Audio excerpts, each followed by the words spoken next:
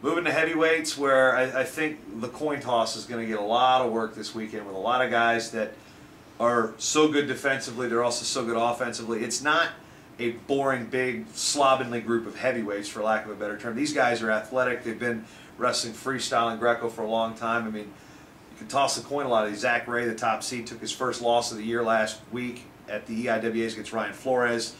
Gerard Trice is in the mix. I mean, Don Bradley, junior world champion.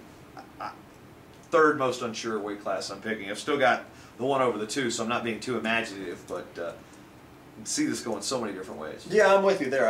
I wouldn't be totally stunned if it was somebody else other than the two guys we're talking about. Ray over Flores is what I had as well, but you know, Flores with the big standing Grammy. Did you see that? I did not see it. I heard about it. Oh, slick. Avoid the takedown in overtime. That's athletic heavyweights.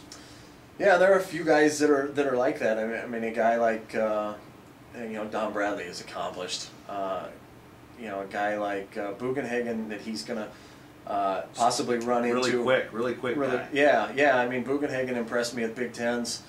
A guy that's a little bit undersized compared to some of the other guys in the weight class, but a guy with some skills. So you know, you got a wide variety of styles, wide variety of body types.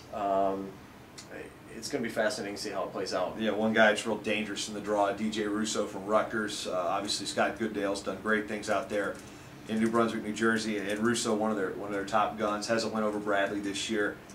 Going to mix things up. They're in the 4-5 range.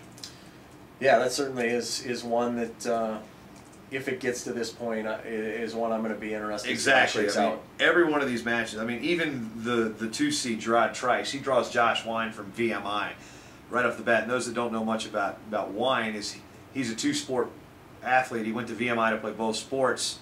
And a couple of years ago when Dustin Fox won the NCAA championships, he actually had a lead. He headlocked him to his back and had a lead. So, I mean, Wine has no fear.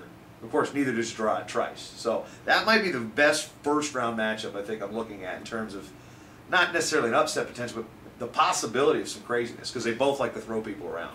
Yeah, and on a little bit on the flip side, you know, you got Raising against Simonson, a rematch. It's probably not going to be real wild, but I think it was 2-0 in the dual meet where Raising, I think, rode him out to win. But you know, that's one that has team implications for Iowa. If you know, you look at Raising, his progression the last couple months, he you know, I don't think he was ranked February 1st, and all of a sudden he gets hot, wins 6 straight down the stretch.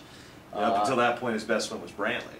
Yeah, who had also lost to the Iowa Red, who had lost to Bobby Telford. You know, who was basically for all intents and purposes the second, third stringer. Yeah, and Blake, in his situation, it was 1 step forward, 1 step back throughout the first month and a half, 2 months of the season, and then all of a sudden it clicks for him a little bit. I think in February, and he gets hot, rides that through the Big Ten tournament. But you know, he's got a tough road as well. I think you know, Fernandez sitting there in the second round.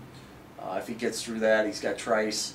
Matches that you know, Blake with confidence I think can win, but certainly, you know, they can go the other way as well.